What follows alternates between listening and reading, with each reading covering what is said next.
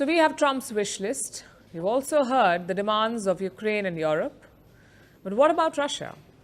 What does Vladimir Putin want? What is his idea of a peace deal? The Russian president has been dropping hints, like this one.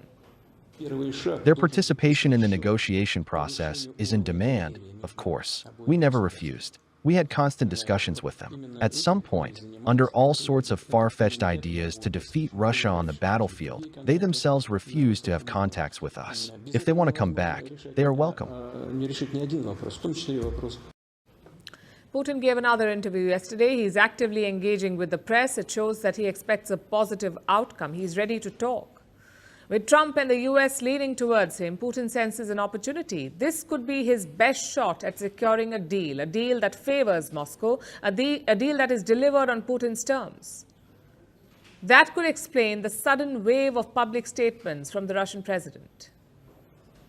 But what exactly is he aiming for? His recent comments and those from officials in the Kremlin offer some insights.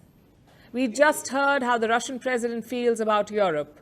He blames Europe for cutting off diplomatic contact, and now he's in no mood to make concessions. I don't see anything wrong here. Well, probably no one here can demand anything, especially from Russia. Let them demand it from someone else.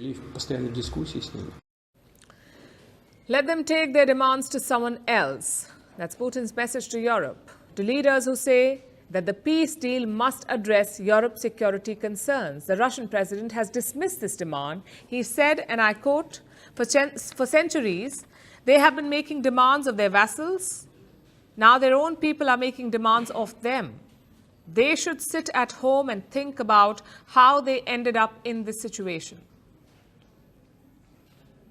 Vladimir Putin has left no room for doubt. Meanwhile, Europe's alliance with America is in a flux.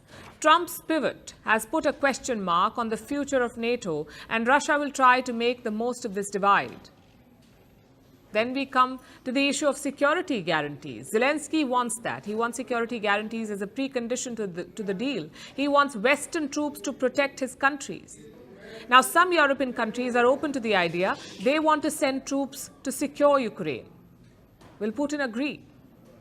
Apparently he will. That's according to Donald Trump. He says he discussed it with Putin and that the Russian leader has no problems. He is okay with European troop deployments in Ukraine. Now remember, this is Trump's assertion. But the Russians are telling a different story. Here's what their foreign minister said. We explained to our colleagues today what President Putin has repeatedly stressed, that the expansion of NATO, the absorption of Ukraine by the North Atlantic Alliance, is a direct threat to the interests of the Russian Federation, a direct threat to our sovereignty. That's why we explained today that the appearance of armed forces from the same NATO countries, but under a false flag, under the flag of the European Union or under national flags, does not change anything in this regard. Of course, this is unacceptable to us. Russia doesn't want NATO in its backyard. It is one of the reasons why Putin went to war in Ukraine. In fact, he wants NATO to withdraw from Eastern Europe. It's been one of Moscow's key demands. It's a demand that they made in Saudi Arabia too during the talks with America. Moscow says this is a precondition to normalize relations with the US. Now let's take a step back and look at the bigger picture. These are Russia's three broad demands: no Western troops in Ukraine, no concessions to Europe, and no NATO in Eastern Europe. Three key demands, all of which point to one goal. Putin wants Ukraine isolated and firmly out of the Western orbit. As of today, Russia controls around 20% of Ukrainian territory. They're unlikely to give it up. They will keep the Ukrainian land that they control. So even after the war, even after this peace deal, Putin will have more than a foothold in Ukraine, something that ensures long-term leverage over Kiev. The Russian president believes he can achieve this by striking a direct deal with the US. And unlike Trump, the Russian side seems to be in no rush.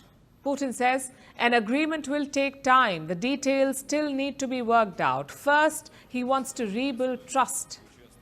He wants the US to rebuild trust with Russia.